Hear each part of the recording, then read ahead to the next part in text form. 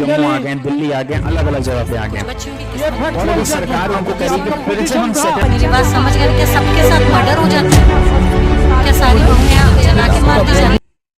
Hello everyone, my name is Anurag Singh. Welcome to Power Law Academy, and this is the demo lecture for the Limitation Act of 1963.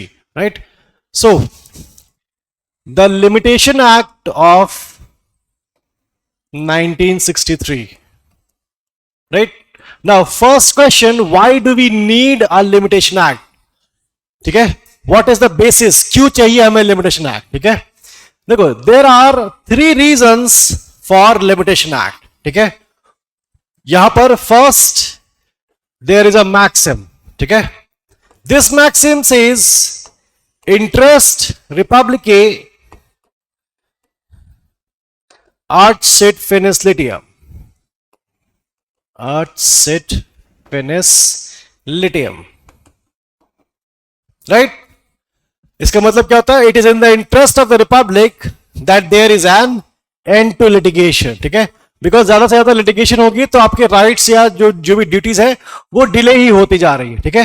तो जितनी कम से कम litigation होगी Republic के लिए या state के लिए उतना ही अच्छा है. ठीक है? पहली चीज. So this is the maxim 1. Then there is a second maxim. इसको हम लोग नाम देते हैं मैक्सिम 2 और इसका नाम है विजिलेंटिबस डॉर्मेंटिबस जूरा नॉन सबवीनियंट.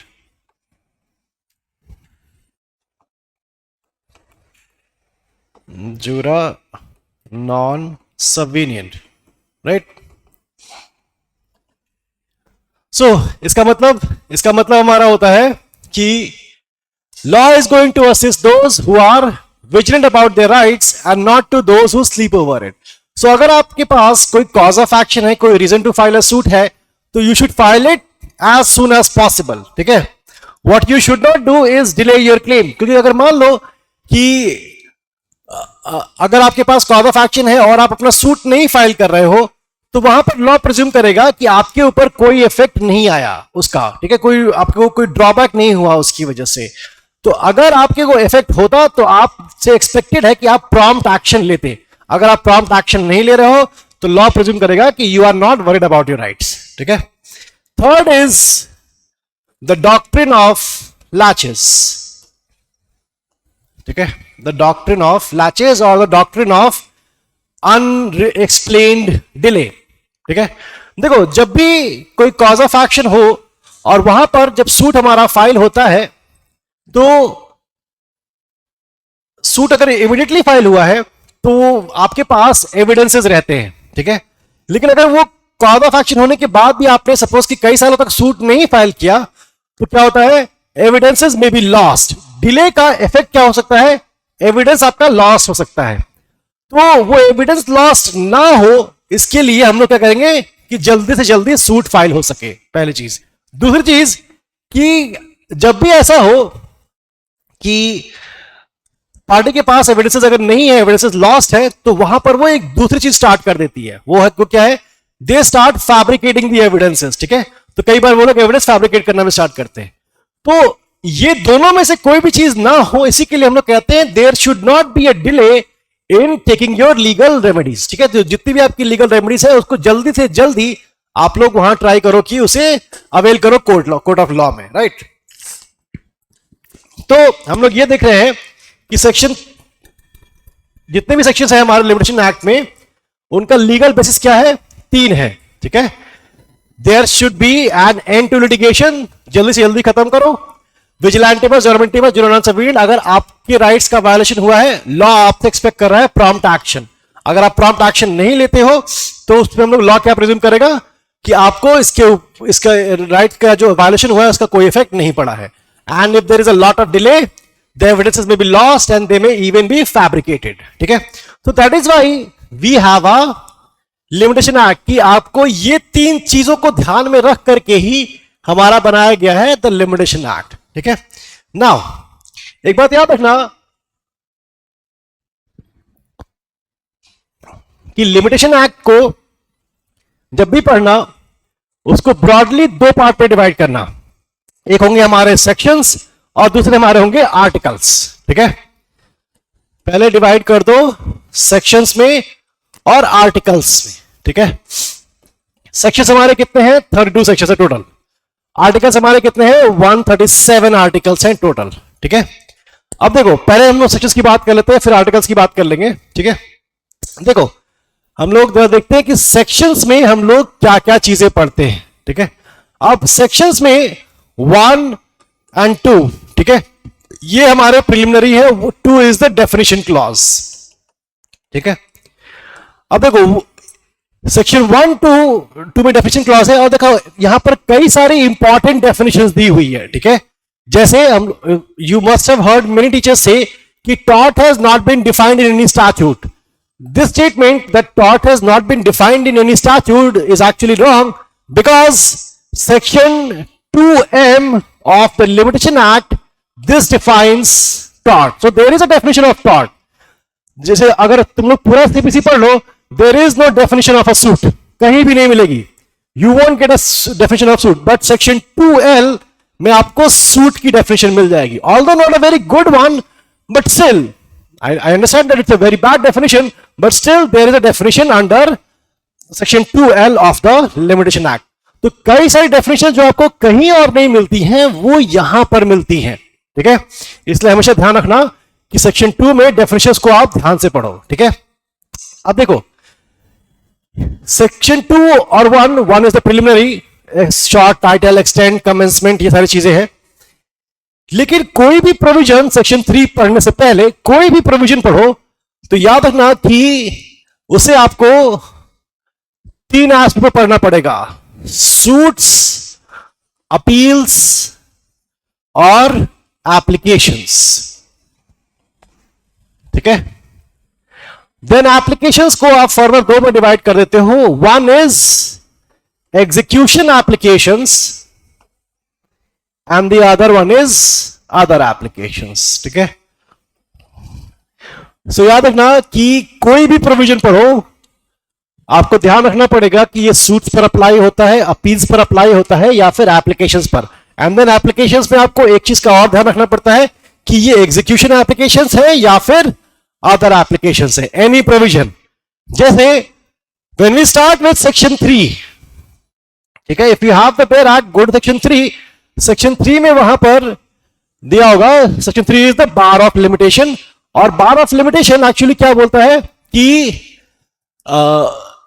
एनी सूट, अपील और application which is filed after the prescribe period, ठीक है, that is going to B dismiss, shall be dismiss, वहां पर लिखा है, even though limitation has not been set up as a defence. वो last line वहां पर भी लिखी हुई, ठीक है। तो सेक्शन 3 को पढ़ते हुए भी हम लोग को क्या ध्यान रखना है, वो किस पर अप्लाई होता है? सूट्स, अपील्स, एप्लीकेशंस, वो तीनों पर अप्लाई होता है, ठीक है। ऐसे ही if you go to section 6, section 6 में दिया है it applies upon suits and execution applications, ठीक है। ऐसे ही if you go to section 7, वो सूट्स और एग्जीक्यूशन एप्लीकेशंस पे। सेक्शन 14 में जाओगे तो वो है सूट्स और अपील्स पर है, वो एप्लीकेशंस पर फाइल होता ही नहीं है, ठीक है। सेक्शन 5 पे जाओगे तो अपील्स और अदर एप्लीकेशंस पर है, वो सूट्स पर भी फॉलो नहीं होता और एग्जीक्यूशन एप्लीकेशन पर भी फॉलो नहीं होता, ठीक है। इसीलिए कोई भी प्रोविजन पढ़ोगे, just try to keep in mind कि ये किस पर अप्लाई होता है। Section 3 applies on all 3। ऐसे ही हमारा सेक्शन 4 जो है, सेक्शन 4 भी ऑल 3 पर है, ठीक है। सेक्शन 4 भी all 3। But as soon as we go to section 5, section 5 is upon appeals and other applications, ठीक है। सो एप्लीकेशंस भी सारे एप्लीकेशंस नहीं, ओनली दी अदर एप्लीकेशंस, ठीक है। So just to give you an overview कि कोई भी प्रोविजन पढ़ो, 5, 6, 7, 8, 9, 10 कोई भी हो, 11, 12, 13, 14, 15, 16, 17 कोई भी आए, बट आपको हमेशा क्या ध्यान रखना है? हमेशा ये ध्यान रखना है कि वो किस पर अप्लाई होता है, सूट्स, अपील्स और एप्लीकेशंस पर। Always keep in mind, because कई बार ऐसा होगा कि आपको लगेगा कि ये चीज हमारी जो है वो सब पर अप्लाई होती है, बट एक्चुअली जब लैंग्वेज पढ़ोगे, इस सेक्शन 14(1) किस पर अप्लाई होता है? सूट्स और अपील्स पर, ठीक है। अब लगेगा कि एग्जीक्यूशन पर नहीं अप्लाई, बट 14(2) पढ़ोगे तो 14(2) इज फॉर एप्लीकेशंस, ठीक है। इसीलिए कह रहा हूं कि इसीलिए बार बार कह रहा हूं कि इस चीज का हमेशा ध्यान रखना, ठीक है। अब देखो, section 3 is the basic one which is the bar of limitation, ठीक है। Section 3 is the bar of limitation. ठीक है, अब इसके बाद जो है हमारे सेक्शंस 4 to 24 ये एक साथ पढ़ते हैं, and then we have sections 25, 26 and 27। इनको एक ग्रुपिंग में रखना हमेशा है, ये एकदम अलग रहेंगे और ये एकदम अलग रहेंगे। ठीक है, रीजन क्या है, देखो sections 4 to 24 these are deemed as exceptions and exemptions. ठीक है, और इसको भी हम लोग दो में ब्रेक डाउन कर सकते हैं। सेक्शंस 4 to 11 एक साइड रहते हैं, ठीक है, और सेक्शंस 12 to 24 ये एक साइड रहते हैं। ठीक है, अब स्ट्रिक्टली स्पीकिंग 4 नहीं है यहां पर, ये एक्चुअली होना चाहिए 6 to 11। ठीक है, होना चाहिए, क्योंकि 4 और 5 को हम लोग एकदम ही डिफरेंट ले लेते हैं हमेशा। ठीक है, ये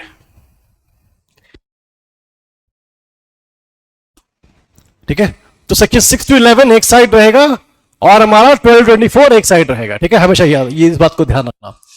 अब देखो एग्जेम्पशंस एंड एक्सेप्शंस होते क्या है, ऑल्दो कि इनकी टेक्निकल मीनिंग है, बट एक बात का याद रखना, एक्सेप्शंस जो है ये हमारे फॉल करते हैं यहां पर, these are deemed as exceptions, और 12 to 24 these are deemed as exemptions. ठीक है, याद रखना। अब देखो एक्सेप्शंस क्या होते हैं, वो सिचुएशंस जहां पर कि ड्यू टू सम सर्कमस्टांस हम लोग ऐसे मानते हैं कि लिमिटेशन पीरियड स्टार्ट ही नहीं हुआ था। जैसे सेक्शन 6 है, अगर कोई पर्सन माइनर है, इंसेन है या इडियट है, तो हम लोग मानेंगे कि उसके पास जो भी कॉज ऑफ एक्शन है उसका टाइम पीरियड स्टार्ट ही नहीं होगा जब तक कि वो पर्सन माइनर से मेजर नहीं हो जाता। ठीक है, तो इसीलिए हम लोग कहते हैं कि वो टाइम पीरियड स्टार्ट हुआ ही नहीं है। At the time of institution of the suit such person is a minor, insane और इडियट। ये सेक्शन 6 की लैंग्वेज है बिल्कुल। तो एक्सेप्शंस में हम लोग क्या मानते हैं कि वो सूट स्टार्ट हुआ ही नहीं। एग्जेम्पशंस जो है वो थोड़ा डिफरेंट होते हैं, जहां पर कि टाइम पीरियड स्टार्ट हो गया है बट बीच में कुछ पॉज लग जाएगा and then it will resume, और जो जितने दिन के लिए पॉज खत्म वो बाद में हमें एक्सक्लूजन मिल जाता है, एक्सक्लूडेड हो जाता है वो। ठीक है, तो देखो डिफरेंस क्या है, यहां पर हम लोग ऐसा मानते हैं कि वो टाइम पीरियड कभी स्टार्ट हुआ ही नहीं, यहां पर हम लोग मानते हैं कि टाइम पीरियड स्टार्ट हो गया था, बीच में पॉज हो गया और फिर हमारा रिज्यूम हो गया। तो जितनी देर के लिए भी पॉज हुआ था, अगर वो 12-24 में फॉल करता है तो वो टाइम पीरियड हम लोग एक्सक्लूड कर देते हैं। ठीक है, वो काउंट नहीं करेंगे आपके टाइम पीरियड में। ठीक है, सो ये है just to give you an overview of section 6 to 11 and section 12 to 24। ठीक है, अब यहां पर मैंने सेक्शंस 25, 26 और 27 को एकदम ही अलग कर दिया था। ठीक है, बिकॉज स्ट्रिक्टली स्पीकिंग ये लिमिटेशन में होने नहीं चाहिए, because these provisions are for the law of prescription. ठीक है,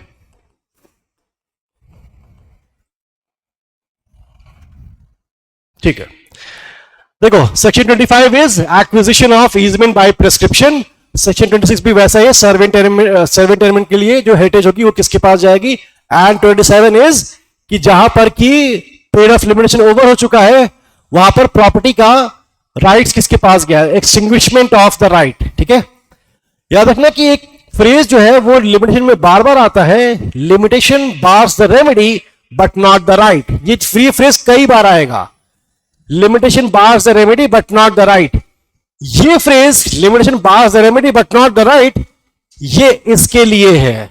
ठीक है, इसके लिए नहीं है। दीज आर द एक्सेप्शन, जो कि कहेंगे limitation not only bars the remedy but also extinguishes your right, और एविडेंस उसका मिल जाएगा तुम लोग को सेक्शन 27 में। 27 कहता है extinguishment of the right to property. ठीक है, एक्सक्यूज मी, एक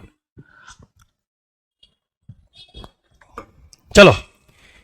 ठीक है, तो just to give you an overview of the limitation act.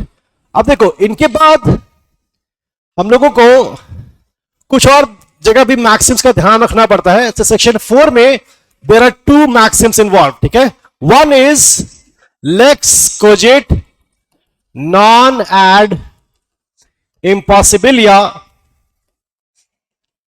First, दूसरा actus curiae neminem gravabit, actus curiae neminem gravabit, ठीक है। तो ये मैक्सिम जो पहली वाली है, लेक्स क्विजिट नॉन इम्पॉसिबिलिया, इसका मतलब है law does not compel someone to do something which is impossible. And दूसरा वाला है act of court should not prejudice anyone, ठीक है। तो ये सारी चीजें हम लोग को सेक्शन 4 में ध्यान रखनी पड़ती है। सो कभी भी हम लोग लिमिटेशन एक्ट पढ़ते हैं जब, तो ध्यान रखते हैं मैक्सिम्स का, क्योंकि कई जगह मैक्सिम्स काम आती है। Now the most important section under limitation act is section 5, which is also perhaps the most misunderstood one. Why?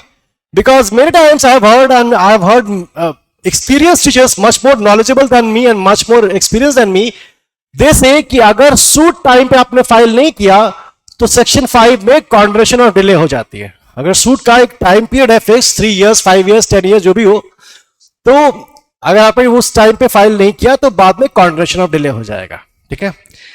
But section 5 of the limitation act ये सूट्स पर अप्लाई नहीं होता, ठीक है।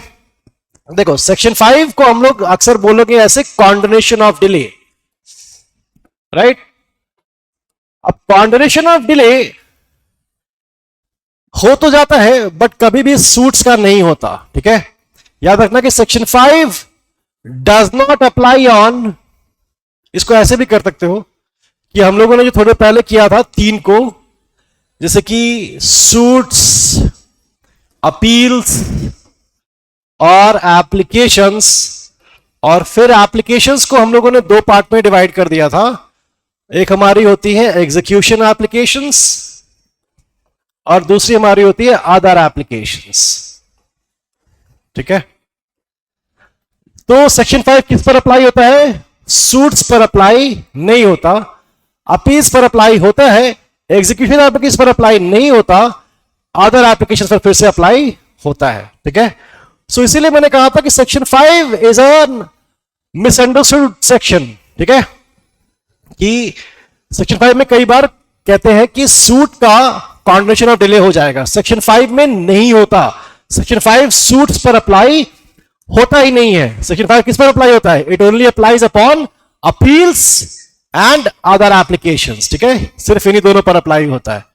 लेकिन कॉन्डोनेशन ऑफ डिले के लिए आपको सफिशिएंट कॉज शो करना पड़ता है, ठीक है। कोर्ट कर सकती है कॉन्डोनेशन ऑफ डिले, लेकिन अब क्या शो करना पड़ेगा? Sufficient cause. Now the question is what is sufficient cause, ठीक है।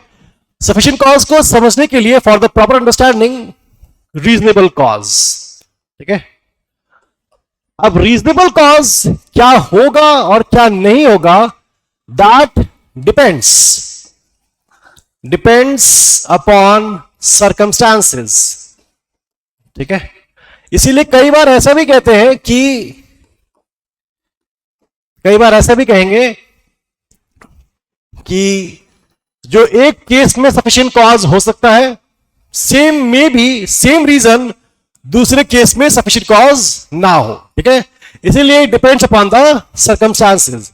बट एक बात और याद रखना कि सफिशिएंट कॉज जो है कभी भी प्रिसाइजली डिफाइन नहीं किया जा सकता। लेकिन इसका मतलब यह नहीं कि कोई भी कॉज सफिशिएंट कॉज होगा। सफिशिएंट कॉज के लिए जो गाइडिंग प्रिंसिपल है, that is always that the circumstances must be beyond the control of the party, must be beyond the control of the party, ठीक है। सो इसीलिए हम लोग क्या बोलते हैं कि sufficient cause it can be anything. जैसे कि लास्ट डे पर पार्टी की जो ट्रेन थी, द पार्टी में train, that can be sufficient cause. But इसका मतलब ये नहीं कि वो हर केस में सफिशिएंट कॉज है, नहीं। It may be sufficient cause in one, it may not be in the other case, ठीक है। अगर मान लो कि आई वॉज सिक, ठीक है, that might be sufficient cause for me, but क्या मेरे साथ जो दूसरी पार्टी थी क्या वो नहीं अपीयर हो सकती थी? तो हो सकता है वहां पर सफिशिएंट कॉज ना भी हो। तो इसीलिए कोई भी प्रिसाइज डेफिनेशन नहीं है। There are a number of case laws जहां पर कि सफिशिएंट कॉज बताया गया है कि ये इस पर्टिकुलर केस में सफिशिएंट कॉज है, लेकिन the crux of the matter is कि was the circumstance within the control of the party और was it beyond the control of the party. तो कभी भी सफिशिएंट कॉज के लिए कोई स्ट्रिक्ट डेफिनेशन नहीं बनाई गई है, that description has been left to the court. और गाइडलाइन ये भी है कि the courts must be liberal, ठीक है, उन्हें सेक्शन 5 की एप्लीकेशन में सफिशिएंट कॉज के लिए लिबरल होना चाहिए, बट इसका मतलब ये नहीं है कि वो कोई भी कॉज एक्सेप्ट कर लेंगे, ठीक है। वो देखेंगे कि क्या आपके कंट्रोल में वो सिचुएशन थी या नहीं थी, अगर नहीं थी they are liberal in granting the application कि आपने अपील एप्लीकेशन को डिले कर फाइल करने में डिले कर दिया, स्टिल आपको ग्रांट हो सकता है अगर आप सफिशिएंट कॉज शो कर सकते हो तब, ठीक है। चलो अब देखो सेक्शन 6 जो है, सेक्शन 6 to 11, यहां पर हम लोग पढ़ते हैं, सेक्शन 6 में पढ़ते हैं अगर कोई पर्सन माइनर है, इंसेन है या इडियट है तो टाइम पीरियड जो है वो तब तक स्टार्ट नहीं होगा जब तक ये डिसेबिलिटी सीज ना हो जाए, ठीक है। तो जब तक वो पर्सन सपोज की माइनर है, दैट्स अ डिसेबिलिटी, तो वो उसके लिए जो टाइम पीरियड है उस दिन से नहीं होगा जहां से की सूट, जहां से कॉज ऑफ एक्शन आया है उसके पास कहां से होगा, जहां से उसकी माइनॉरिटी सीज हो गई है, या अगर वो इंसेन है तो जहां से उसकी माइनॉरिटी जहां से उसकी इंसैनिटी सीज हुई है, ऐसे इडियोसी भी जहां से सीज हुई है वहां से स्टार्ट होगा उसका, ठीक है। सेक्शन 6 है। सेक्शन 7 जो है, याद रखना कि सेक्शन 7 इज जहां पर कि मोर देन वन प्लेंटिफ्स हो और उनमें से कोई एक डिसेबल्ड है, ये लाइक माइनॉरिटी, इंसैनिटी, ये सारी चीजें सेक्शन 7 में है। तो क्वेश्चन ये होता है कि क्या वो माइनर पर्सन है, मान लो कि 3 प्लेंटिफ्स हैं, 2 of them are non disabled but the one is a minor, तो माइनर जो है क्या उसके मेजर होने का वेट करना पड़ेगा बाकी दोनों को, या फिर बाकी दोनों जो रहेंगे वो माइनर को वहां से रिमूव करके खुद ही सूट फाइल कर सकते हैं, दैट डिपेंड्स। सो वो सेक्शन 7 में हम लोग को देखना पड़ता है कि वो discharge can be given without the concurrence, ठीक है, वो that's a discussion big one. तो सेक्शन 8 हमें कहता है कि सेक्शन 6 और 7 में चाहे कितनी भी एग्जाम्पशन मिल जाए वो 3 इयर्स से ज्यादा की एग्जाम्पशन आपको नहीं देंगे। और सेक्शन 9 हमें कहता है कि एक बार जो टाइम पीरियड स्टार्ट हो गया है तो कोई भी सबसीक्वेंट डिसेबिलिटी और inability is not going to stop it, ठीक है। अब इसी के साथ हमारा सेक्शन 10 और 11 में है, 10 जो है वो हमारा कहता है कि in case of trust there is no period of limitation. Section 11 हमारा कहता है कि जहां पर भी फॉरेन कोई कॉन्ट्रैक्ट जो कि फॉरेन लैंड में एंटर किया गया था बट सूट इंडिया में फाइल हुआ है तो लिमिटेशन एक्ट इंडिया का ही हमारा चलता है, ठीक है, दैट्स सेक्शन 11, ठीक है। अब देखो इसके साथ साथ हम लोगों को सेक्शन 12, 13, 14 भी करना होता है। सेक्शन 12 जो है, याद रखना कि जब भी आप कोई अपील फाइल करते हो या कोई रिव्यू फाइल करने जा रहे हो या रिवीजन फाइल करने जा रहे हो, तो जैसे आप कोई रिव्यू फाइल करने जा रहे हो तो आपको कॉपी ऑफ ऑर्डर या कॉपी ऑफ डिक्री, अगर आप डिक्री का रिव्यू करने जा रहे हो तो वो copy of judgment, copy of decree या कॉपी ऑफ ऑर्डर आपके पास होना चाहिए, ठीक है। तो जब लोअर कोर्ट ने डिसीजन पास किया है, वो डिसीजन का जो ऑर्डर पास किया है, कॉपी आपको तुरंत नहीं मिलती, आपको कॉपी के लिए एप्लीकेशन फाइल करनी पड़ती है, फी पे करनी पड़ती है, तब आपको कॉपी मिलती है। अब ये जो टाइम स्पेंड करते हो आप to obtain the copy of the decree, order और judgement for the purpose of revision, review और अपील, इसमें जो टाइम स्पेंड हो रहा है आपका, ये चीज आप एक्सक्लूड करा सकते हो अपने पीरियड ऑफ लिमिटेशन से, ठीक है। अब एक चीज याद रखना, 2 टर्म्स यूज होते हैं हमारे लिमिटेशन एक्ट में, one is the period of limitation and the other one is prescribed period, ठीक है।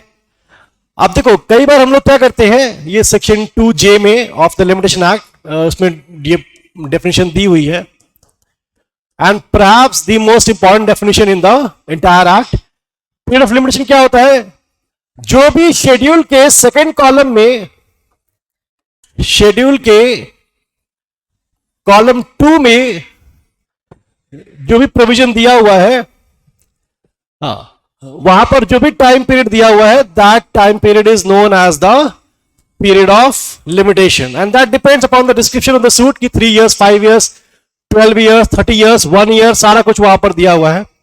प्रिस्क्राइब पीरियड क्या होता है? देखो, लिमिटेशन एक्ट जो है आपको कुछ एग्जेम्पशंस और एक्सेप्शंस देता है। एग्जेम्पशंस और एक्सेप्शंस, वो एग्जेम्पशंस और एक्सेप्शंस को कैलकुलेट करने के बाद जो टाइम पीरियड आप मिलता है कैलकुलेशन के बाद, ठीक है, टाइम पीरियड आफ्टर कैलकुलेशन या आफ्टर कॉम्पिटेशन, उस टाइम पीरियड को हम लोग कहते हैं द प्रेस्क्राइब पीरियड। तो याद रखना कि period of limitation and period and the prescribe period, they are not the same thing, they are actually quite different things and they can never be equal। कभी भी पीरियड ऑफ लिमिटेशन या prescribe period जो है ये equal नहीं हो सकते। क्यों? क्योंकि one day according to section 12(1) आपको एक्सक्लूड करना ही करना है। The day of reckoning, the time from which the period starts, on that day is always excluded. ठीक है, तो एक दिन तो आपको एग्जेम्पशन मिलेगा ही मिलेगा। ठीक है, ये याद रखना हमेशा से। सो इसीलिए कहते हैं कि the prescribe period is always, there are no exceptions, the prescribe period is always greater than the period of limitation, because one day का एक्सक्लूजन अकॉर्डिंग टू सेक्शन 12(1) आपको मिलना ही मिलना है। That is the day of reckoning.